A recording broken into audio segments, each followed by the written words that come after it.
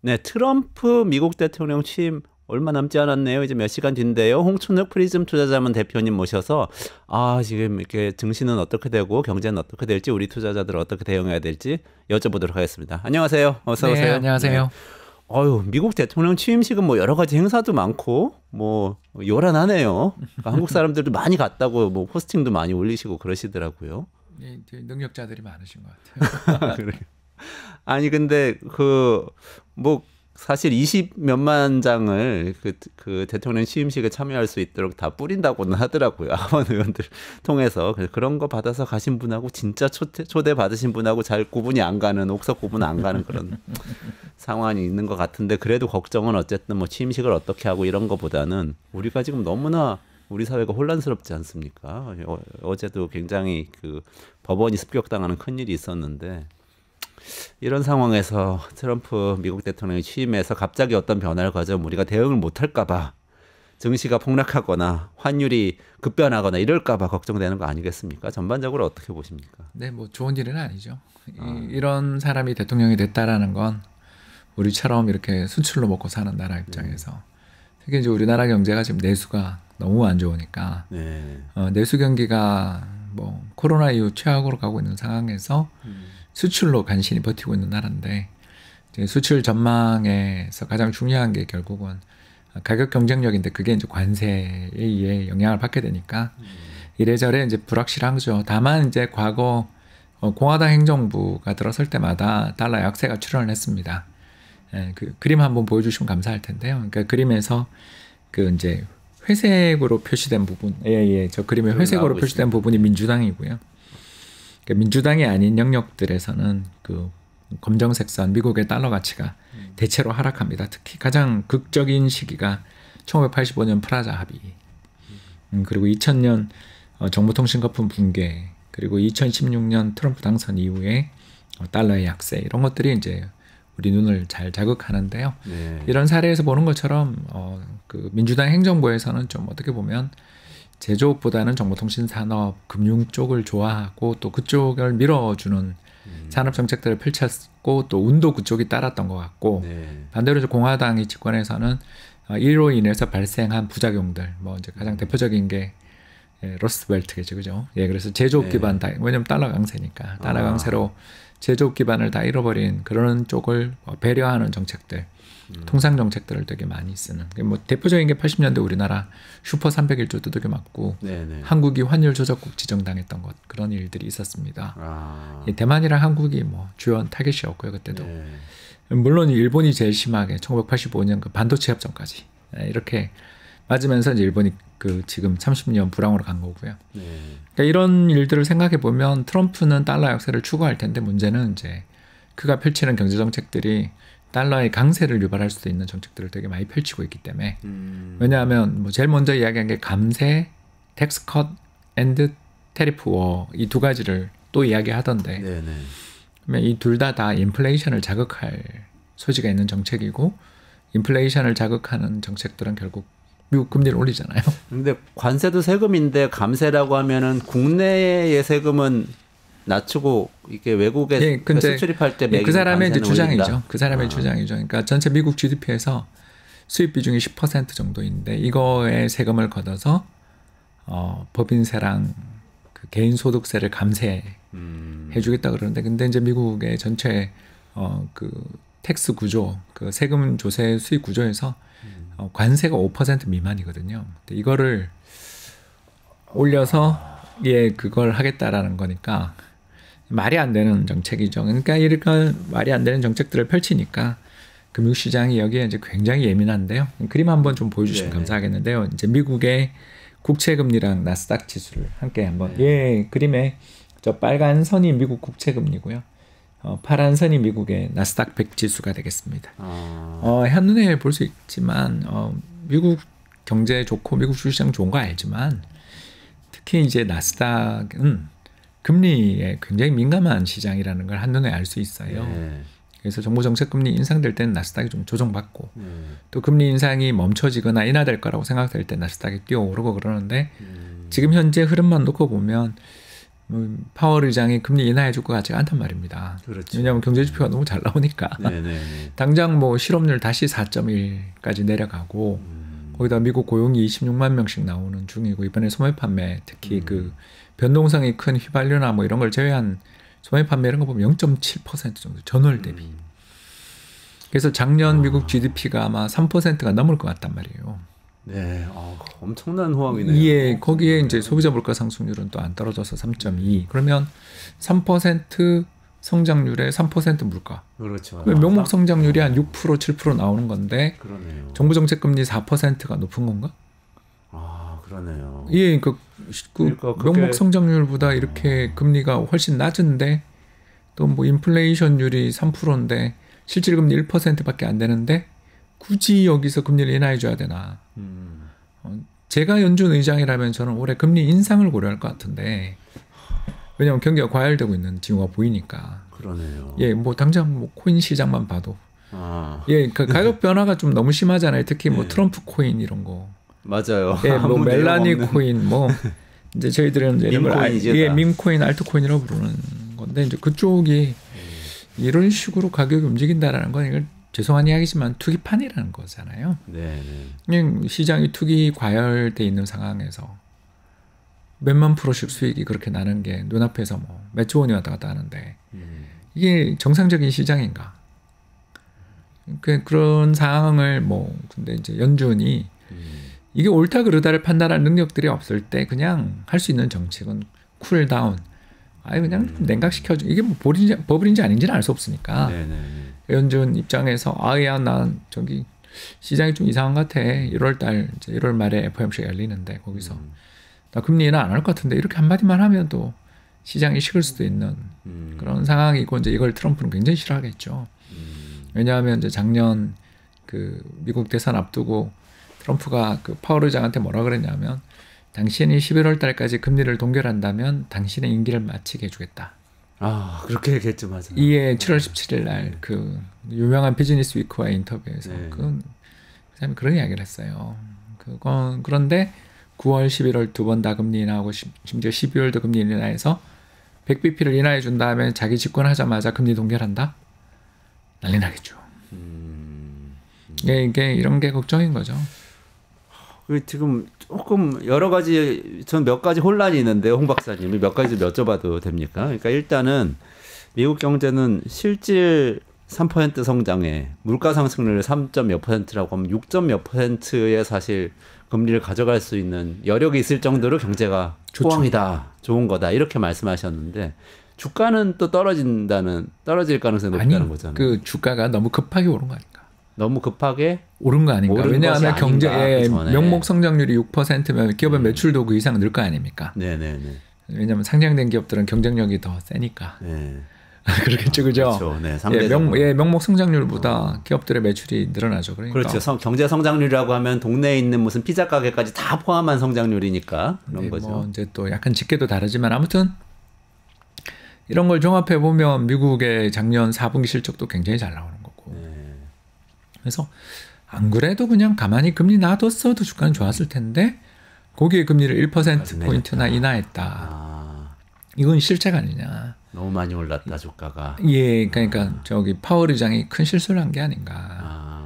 그러면 파월 의장이 이렇게 큰 실수를 했다라면 파월 의장은 이제 후회를 하고 있는 것 같은데 요새 말하는 게 달라졌죠. 작년 12월부터. 그러면 12월도 동결했어야 되는데 또 왜 인하했나? 결국 그 9월에 금리 인하를 그것도 0.5% 포인트나 했던 게 연쇄적인 어떤 부담을 계속 주는. 그러니까 이제 그 파티가 과열되면 술잔을 치우는 게 연준의 역할이라고 옛날에 그렇게 이야기하잖아요. 처럼 술잔을 치워야 되는데 더 술을 갖다 줬단 말이에요. 작년 9월에. 왜냐하면 8월에 주가 폭락한 거에 놀라서. 그러니까 일시적인 주가 폭락에 놀라 금리를 너무 과격하게 인하해서 주식에 투자하는 사람들에게 어떤 신호를 줬냐 하면 파월은 주가 폭락에만 하면 금리를 인하해 줄 거야. 예, 그 그린스펀 풋처럼 파월 풋을 확인했잖아요. 그러니까 이제 투기판이 됐죠. 사람들은 안심하고 투자해야 되겠다. 그렇게 막 주가 조금만 빠지면 금리 인하해 줄 거야. 저 사람은 저런 사람이야. 근데 그러면 지금 상황에서 트럼프가 이렇게 취임을 하잖아요. 근데 말씀하신 대로 연준이 쿨다운 하려고 이제 금리를 만약에 기준금리 올리고 이런 조치를 한다고 하면 그럼 어떤 일이 벌어지나요? 트럼프는 관세를 올리고 연준은 금리를 올리고 이렇게 되면 어떻게? 예, 그렇게 되면 이제 중화되겠지만 대신 우리가 이제 힘들겠죠. 우리는 네, 우리 시장 입장에서 좋은 일이 아니죠. 제가 오늘 그 시간이 부족할 것 같아서 네네네. 가져온 그림 중에 제일 뒤쪽으로 가면 달러 가치랑 코스피 차트가 있는데 그거 한번 지금 보여주시면 좋겠습니다. 워낙 중요한 뉴스를 계속 하고 계셨기 때문에. 네, 저기 달러하고 코스피 나옵니다. 예, 저기 나와 있는데 제가 그려온 그림인데요. 보시면 파란 선은 코스피, 빨간 선은 달러 가치입니다. 자, 이제 트럼프가 관세를 인상하고 파월이 금리를 동결하거나 인상했어요. 인플레를 걱정해서. 그러면 달러가 강세로 가겠죠. 왜냐하면 미국의 돈값도 커지고 또 동아시아 국가들이 관세를 두들겨 맞으면서 저 나라 미래 전망이 어둡다고 생각되면 달러가 강세로 가죠. 달러가 강세 갈 때 이제 저 그림에서 그 빨간 선이 상승할 때 우리 주식 시장이 좋은 적이 한 번도 없죠. 달러가 강세일 때는 항상 돈이 빠져나갑니다. 그러네요. 왜냐하면 그 글로벌 펀드들, 뭐 제가 예를 들어서 캐나다 연금, CPPIB의 CIO다. 이제 꿈꾸는 자리죠. 거기서 제가 얼마 정도를 운영하고 있냐면 한 500조 정도 운영하고 있습니다. 500조 운영하는 중에 이제 미국에 한 70% 깔고 다른 데 이렇게 쫙 투자를 하고 있었는데 미국이 다시 달러 강세할 것 같아요. 그리고 경고 신호가 올려요. 그러면 이거 저 이머징에 굳이 좀 투자해야 되냐? 저기 이 실장 어떻게 생각해? 이렇게 이야기 안 나는 거예요. 그러니까 야, 이 말 듣고 이거 지금 파는 건 좀 그렇습니다. 이렇게 이야기할 수 있을지 모르지만 사자 소리는 쉽지 않지 않겠어요? 그렇죠. 그러니까 우리가 투자자라면 우리가 전 세계 그 연기금이 한 60조 달러 되거든요. 네. 미국 GDP가 30조 달러니까 그거 2배예요. 예, 글로벌 펜션 펀드들이에요. 거기서 어떻게 생각하겠어요? 지금 달러가 계속 강세로 갈 것 같고 트럼프 리스크가 점점 커지는데 야, 그거 좀 팔아서 금을 사자 차라리. 이해되시죠? 그러네요. 예, 왜냐하면 뭐 굳이 특히 트럼프가 대통령 되고 저기 우리 옛날 2018년 하노이 회담 같은 일이 또 벌어지면 기억 안 나세요? 저는 하노이 회담을 잊을 수가 없는 게 그렇죠. 제가 하노이 회담을 보면서 금융업계 그때 이제 증권시장에서 전략가 생활을 그만둬야 되겠다고 저는 결정했거든요. 왜 그러셨어요? 왜냐하면 내가 할 수 있는 일이 없다. 우리끼리 이제 편하게 이제 우리 이야기를 해보자라면 우리가 이제 본부장으로 다시 해요. 자, 하노이에서 저기 북측이랑 트럼프가 만난대. 그러면 이제 우리는 당연한 이성적인 생각을 하자면 어떤 생각을 했냐면 회담 전에 다 말을 맞추고 그렇죠. 또 깰 것 같으면 안 만나는 게 서로 그렇죠. 서로를 위해 좋은 거 아니에요? 네, 그렇죠. 그래서 그 전에 다 합의해놓고 가는 거잖아요. 네네네. 예, 그랬는데 가서 야 하나 더 폐쇄해 이러고 깼잖아요. 그때 기억나실지 모르겠습니다만 뭐 영변이랑 2개를 갖다가 맞습니다. 하기로 했는데 하나 더 해. 우리가 저기 위성사진 보니까 이거 하나 더 있는데 해. 이래가지고 깼잖아요. 상대가 들어줄 수 없는 요구를 해서 깨고 그 뒤로 어떤 일이 있었죠? 이 우리나라 탄도탄이 동해바다랑 북태평양으로 대륙간 탄도미사일이 끝도 없이 떨어졌던 거 기억나실 겁니다. 네. 거기다가 잠수함에서도 미사일 쏘는 거 봤죠 우리가. 네. 그리고 주식시장은 어떻게 됐어요? 2600포인트가 1800포인트 됐죠. 네, 그랬습니다. 네, 제가 그때 전망이 완전히 틀렸어요. 왜 틀리냐고요? 저는 정상인을 생각했어요. 그렇잖아요. 네. 와, 우리나라 북한과의 리스크들이 좀 되면 코리아 디스카운트가 해소될까? 이렇게 좋게 생각하잖아요. 네네네. 근데 우리는 그 뒤로 이제 동해바다에 떨어진 미사일 추진체만 얼마를 받고 북태평양 일본을 더군다나 지나쳐서 북태평양에 떨어진 미사일 추진체를 얼마나 받습니까? 그리고 북한에 있던 우리 건물들 다 부서지는 거 봤죠? 이런 거잖아요. 네. 그렇다면 우리 이머징에 꼭 투자해야 되나? 특히 좀 미국이랑 광태부탄을 제일 두들겨 맞게 될 한국, 일본, 대만, 중국 꼭 우리 투자해야 돼?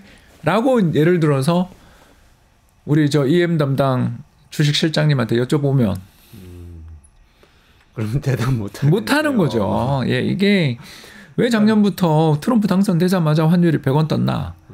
그때부터 외국인이 왜 파나? 이런 거에 대해서 오늘 설명을 드릴 수 있는 거죠. 그래서 트럼프는 럭비공이니까 좋은 방향으로 튈 수도 있어요. 저는 그것도 기대해요. 네네. 그러나 그걸 우리가 어떻게 하냐고요. 좋은 방향으로 치는 시나리오는 뭡니까? 뭐 북한으로도 잘 될 수도 있죠. 갑자기 평양 방문한다. 그날 주가 한 100포인트 뜨지 않겠어요? 그렇죠. 그러니까 그냥 난데없이 그 순안공항인가 순천공항을 트럼프가 에어포스 원 타고 딱 내린다. 네네네. 또 아니면 갑자기 북경을 방문해서 시진핑하고 야 우리 무역 전쟁 안 하기로 했는데 너네한테 했던 관세부가 미안해. 틱톡 규제도 풀어줄게 대신 너네 우리 미국산 LNG랑 그 천연가스랑 원유 1년에 1,000억 불씩 사가기로 결정. 가능하잖아요, 사실은. 그렇죠. 왜냐하면 미국산 셰일오일이 제일 품질도 좋고 싸요. 왜냐하면 브렌트유나 이런 거보다 훨씬 쌉니다, WTI가. 왜냐면 그건 공급과잉이거든요. 네네네. 이런 거 하면 또 우리나라 그날 100포인트 뜰 거예요. 그렇죠. 그건 우리가 모르는 거죠. 근데 이제 다만 굉장히 확률이 낮아 보이잖아요. 지금 이야기했던 일이. 뭐 시진핑 주석 입장에서 그동안 대국 굴기 했던 중국몽 했던 건 이제 다 형님 죄송합니다 한번 해야 되잖아요. 트럼프의 길을 살려주지 않으면 들어줄 리가 없고 또 북한한테 어떤 그러면 지난번 뭐 풍계리나 연변이 왜 나옵니까? 죄송합니다. 갑자기 영변이죠. 영변. 예, 네. 왜 자꾸 이렇게 이 발음이 안 좋아요. 죄송합니다. 괜찮습니다. 이런 거 말고 뭐 딴 거를 더 뭐 북한이 새로운 딜을 치든가 이거 굉장히 어려운 전망이잖아요. 그렇죠. 예, 그러다 보니 트럼프 당선에 대해서 우리가 오늘 시장을 보면 알겠지만 미국장이 금요일날 올랐는데도 우리는 별 힘이 없는 게 네. 트럼프에 비해서 어떤 폭탄이 터질지를 모르니까 일단 중립 이렇게 되는 거죠. 그럼 지난번에 그래도 옹 박사님께서 가시면서 마지막에 올해는 그래도 한국 시장 좀 눈여겨볼 필요가 있다 이런 말씀도 주셨어요. 그래서 사실 눈여겨보는 분들이 또 실제 많기도 하고 연초에 바짝 오르고 외국인 투자자 조금 뭐 들어오고 그래서 희망을 가진 분들도 많은데 또 저것도 있었잖아요. 트럼프 당선인이 우리나라 전화해가지고 조선업이랑 뭐 같이 잘해보자는 얘기도 있고 이렇게 좀 섹터별로든지 어떤 상품별로 우리나라에서 조금 관심 가져볼 만한 부분이 그래도 있을까요? 예, 있습니다. 세 번째 그림 좀 가능하면 보여주시면 감사하겠는데요. 이게 이제 오늘 제가 산업 질문하실까봐 준비해온 그림인데 저 파란 선이 뭐냐면 미국의 셰일 생산량입니다. 셰일 오일. 예, 하루에. 네네. 예, 1000배럴이니까 K잖아요. 그러니까 1300만 배럴, 1400만 배럴을 생산하고 있습니다. 네. 그리고 이제 회색 선이 뭐냐면 WTI. 국제유가. 국제유가. 예, 보시면 알겠지만 서부 텍사스 중심이죠. 네. 2000년부터 미국의 셰일 오일이 게임 체인저가 됐다. 엄청 늘어나네요. 예, 그래서 대략 하루에 한 500만 배럴 생산하던 나라가 1,500만 배럴 근처까지 지금 와 있습니다. 그러니까 저 회색 선은 가격입니까? 서부 텍사스 중진류의 가격 WTI. 예, 그래서 이제 저 파란 선이 튀어 오를 때는 가격이 오른 적이 없고요. 저게 이제 가격 상승이 조정을 받거나 이럴 때 그때 이제 전쟁이 터지고 이러면 튀어오르지만 특히 트럼프 행정부 시절이었던 2017년부터 2020년 사이가 셰일 오일 생산량이 폭발하면서 역사상 최고치를 경신하죠. 그래서 이번에 드릴 베이비 드릴 기억나시죠? 펜실베니아 유세에서 했던 이야기입니다. 네네네. 자기는 이제 셰일 관련된 규제를 다 풀겠다라고 외치고 있어요. 예, 팔아. 예, 그리고 이제 그걸 미국 국내에서는 다 소화 못할 정도로 왜냐하면 여기는 지금 수출 국가가 됐습니다. 네네. 원유 수출국. 그래서 중동에서 발을 빼는 거거든요. 산유국이 돼서. 예, 그러니까 이제 중동에서 벌어지는 일에 대해 미국이 관심이 없어요. 하든 말든 이렇게 이야기한다는 거죠. 그 이해관계가 네네네. 아프가니스탄에서 바이든이 철군했던 거 기억나시지 않습니까? 네네네, 그렇죠. 예, 그리고 이번에 시리아 내전 관련해서 미군이 뭐 거기서 적극적인 작전을 펼치는 징후들 볼 수가 없죠. 왜냐하면 미국은 이제 중동에 관심이 없어요. 저기는 그냥 너네 잘 살아라 정도. 이거 발을 계속 빼고 싶어 하는 거죠. 그냥 수에즈운하 통하는 통행로의 안전 정도만 이제 보장을, 그것도 이제 별로 관심이 없는 것 같고 사실은. 옛날 같았으면 저렇게 대응 안 하죠. 그렇죠. 예, 옛날 소말리아 참전하는 거랑 너무 다르잖아요. 그래서 이제 미국은 에너지 자립 국가이자 수출 국가이기 때문에 자기들 저 남아도는 LNG랑 원유를 해외로 수출하는 게 되게 중요해요. 네. 그리고 그거 말고는 일단 당장의 무역 적자를 해소할 방법도 없고요. 네. 아니, 그러니까 애플 보고 공장을 텍사스로 다시 옮기라라고 한들 팍스콘이 만들어내던 그 생산성을 중국 정저우에서 만들고 있는 생산성을 미국에서 달성할 수 없다라는 거 우리 다 알잖아요. 네네네. 그 아메리칸 팩토리라는 네, 아주 네, 유명한 다큐멘터리 네, 꼭 다큐멘터리. 시청해 보시면 좋습니다. 네. 아, 예, 그거 굉장히 좋은 다큐멘터리고요. 미국에서 공장을 세워봤는데 안 돼요. 거기서 벌어진 일들에 대한 얘기죠. 예, 안 돼요. 안 된다는 예, 얘기. 미국 근로자들은 그 제조업을 안 한 지 너무 오래됐기 때문에 두 가지 문제를 다 가지고 있는 거죠. 하나는 숙련을 잃었고요. 두 번째는 소득 수준이 1인당 8만 불인데 다른 데랑 경쟁해서 이기기 위해서는 그 공장에서 보여준 것처럼 1년에 한 2, 3만 불 정도를 받고 일을 해야 되는데 왜냐하면 가격 경쟁력 문제가 있으니까 또 그 사람들의 생산성도 낮으니까. 근데 그게 용인이 안 되죠. 그래서 파업으로 들어가는. 그리고 그 들어와 있던 중국 기업이 파업을 파괴하는 컨설팅을 받는 걸로 끝나잖아요. 그러니까 이 사례에서 보는 것처럼 미국을 뭐 다시 위대하게 만들고 싶은 마음이야. 역대 대통령 중에 누가 없겠습니까만 일단 달러 약세도 만들고 해외 관세도 부과하고 해외 기업들 흘러서 미국에 투자하게 하면 저는 전부 그 공장이 로봇으로 가득 찰 거다. 고용을 늘리기보다는 로봇을 더 늘리지 않겠냐.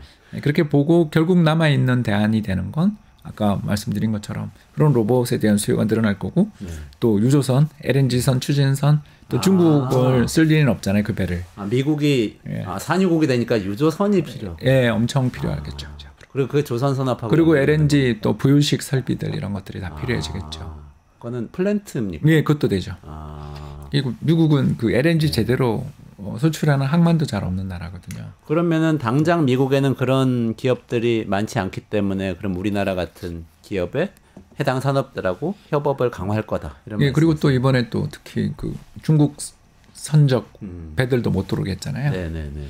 네, 이런 것들에 대한 투자들이 트럼프 행정부에서 굉장히 많이 되겠고 이제 두 번째가 셰일 오일 생산을 크게 늘릴 거라고 아까 보여드렸죠. 네네네. 그러면 그 생산된 기름들을 송배전하고 또 특히 화력 발전소를 적극적으로 짓기로 했잖아요. 네네네. 그러면 이제 전력 관련 설비도 예, 그래서 이제 전력 기계 관련돼서 또 변전소, 변압기 이런 게 미국에 하나도 없거든요. 네네. 그러니까 그걸 또 중국 말고 생산할 수 있는 나라가 한국밖에 없죠. 우리나라가 강한 분야잖아요. 그 산업별로 보면 기계 쪽이지요, 다. 예, 그래서 아니 근데 중국이 정말 강한 경쟁자인데 네.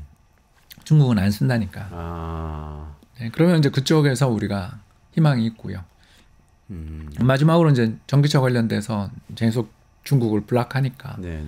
한국 자동차 회사들도 나쁘진 않겠죠. 그렇군요. 특히 그 기아차만 아마 멕시코에 공장이 있을 텐데 네. 이제 멕시코에 관세도 부과하고 그러면 결국 미국 본토에다 생산해야 되는데 네. 그 미국 본토에 그래도 우리가 조지아랑 애틀란타 옆에 또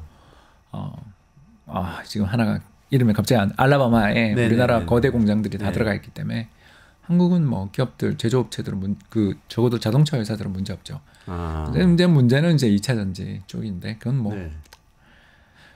예, 정말 보조금이 사라지니까. 네, 보조금이 예, 없어지면. 전기차 보조금 사라지고 그러면 우리나라 이제 2차 전지 회사들이 미국에 엄청 들어가 있거든요. 근데 갑자기 거기서 시장이 약해지면 어떻게 되나 이제 이런 걱정은 좀 있죠. 네, 거기는 뭐 투자하신 분들도 많은데 그건 좀 걱정이 있네요. 예, 자동차는 그 관세 영향 같은 거는 아무래도 미국에서 생산하는 물량이 워낙 많습니다. 이제 물론 뭐 우리나라 전기차 보조금 없어져도 내연기관차가 있기 때문에 또 뭐 그 가격 경쟁력 지금 어쨌든 러닝 커브라고 생산량이 늘어날수록 그 단가가 떨어지는 현상들이 2차 전지에서 굉장히 적극적으로 나타나는 업계. 그러니까 가장 유명한 게 반도체 모어의 법칙인 것처럼 생산량 2년마다 생산성이 2배로 개선되는 것처럼 2차 전지 업계도 그렇거든요. 그러니까 반도체만큼 빠르진 않은데 요새 가격 내려간 거 보면 살벌하잖아요. 이제 그런 식으로 가격이 내려가고 있기 때문에 보조금 없어졌다고 해서 전기차에 대한 수요가 완전히 죽지는 않을 텐데 그래도 좀 걱정되죠. 일단 뭐 근데 모르겠습니다. 뭐 트럼프 입에 달렸죠. 예상할 수는 없지만 불확실성 속에 그래도 약간 낙관할 수 있는 대목도 있고. 예, 조선이랑 뭐 기계, 전기, 전력 설비, 뭐 또 자동차도 나쁘지 않고 뭐 이 정도까지는 괜찮은데 이제 그 밖에는 잘 모르겠습니다. 왜냐하면 이 사람 말이 하도 바뀌니까. 네네네. 아까 잠깐 하노이 회담 이야기했지만 이게 예측이 안 되는 사람이니까요. 맞습니다. 그렇군요. 아니 그래도 뭐 트럼프 시대 뭐 폭풍이 몰려온다 이런 얘기가 뭐 지금 언론의 대부분인데 그래도 조금 이런 거는 희망을 갖고 살펴볼 필요도 있다 이런 말씀을 주시니까 좀 좋네요, 저는. 그러니까 이제 미국이 혼자 해결 못하는 산업이 되게 많아요, 생각보다. 네. 그러니까 거긴 제조업이 없어지기 시작한 지 지금 한 30년, 왜냐하면 그 나프타 체결이 95년인가 그러니까 만 30년 동안 그 북미 자유무역 협정 네. 체결 이후에 이제 미국의 제조업 공장들이 다 사라지기 시작한 지 만 30년이 지나서 네. 그 제조업의 육성이 왜 어렵냐 하면 첫 번째는 그 젊고 배우려는 열의에 가득 찬 인건비 싼 노동력. 이게 첫 번째고 두 번째가 뭔지 아시잖아요. 규율입니다. 아, 그렇죠. 예, 제조업 공장 가보면 분위기가 다르죠, 완전히. 왜냐하면 다치거든요. 제대로 안 하는 순간. 그리고 연관 산업이기 때문에 이렇게 네. 컨베이어 벨트를 타고 네, 네. 움직이거나 하기 때문에 한쪽에서 미스 나면 다 그렇죠. 그게 수율이 떨어져요. 그렇군요. 예, 그래서 굉장히 강한 어떤 뭐랄까요, 이렇게 연대의식 그리고 시스템들이 좀 만들어져야 되는데 미국이 그걸 다 잃어버린 나라라 가능한가? 저는 그건 불가능하다. 마가는 그냥 추상적인 구호에 불과하고 아마 거기는 이제 전부 로봇이 움직이는 나라가 될 텐데 그 로봇 그래도 수출할 수 있는 나라가 세계적으로 보면 일본, 한국, 저기 중국밖에 없거든요. 네. 근데 중국 걸 쓸 리는 없으니까. 그러니까 그런 면에서 독일이 바보죠. 예, 쿠가를 팔았잖아요. 그러게요. 예, 세계 3대 그 로봇 관련 제조업체가 독일에 있었는데 네. 예, 그걸 중국에 팔았습니다. 아, 예, 그래서 지금 이야기하는 것 중에 유럽은 하나도 안 나오잖아요. 그러네요. 예, 거기 뭐 망조가 나중에 그런 이야기 한번 하시죠. 알겠습니다. 그러니까 금융 쪽에서는 어쨌든 외국인 투자자들 돌아오기 상당히 어려운 측면, 뭐 이런 측면 많이 있고 환율도 계속 높게 유지될 것 같긴 하지만 우리 제조업이라는 어떤 가치를 만들어낼 수 있는 이 힘이 아직 있기 때문에 미국하고 잘 협업할 수 있는 몇 가지 섹터에서는 관심 가져볼 만하다. 이런 말씀으로 오늘은 정리를 좀 해야 될 것 같습니다. 네. 홍춘욱 대표님하고 같이 인사드리고 마무리하겠습니다. 고맙습니다. 감사합니다. 유튜브 구독하고 실시간 채팅과 댓글을 남기시면 매일매일 7,000TTCO를 드립니다. 참여 방법은 통통물 어플을 다운로드하고 회원가입과 로그인을 해주세요. 마이페이지에서 나의 회원 고유 번호를 복사해주세요. 유튜브 구독 후 실시간 채팅이나 댓글창에 고유 번호를 한 번만 입력하면 준비 끝! 지금 유튜브 채팅과 댓글 쓰기 참여하고 7,000TTCO 받아가세요.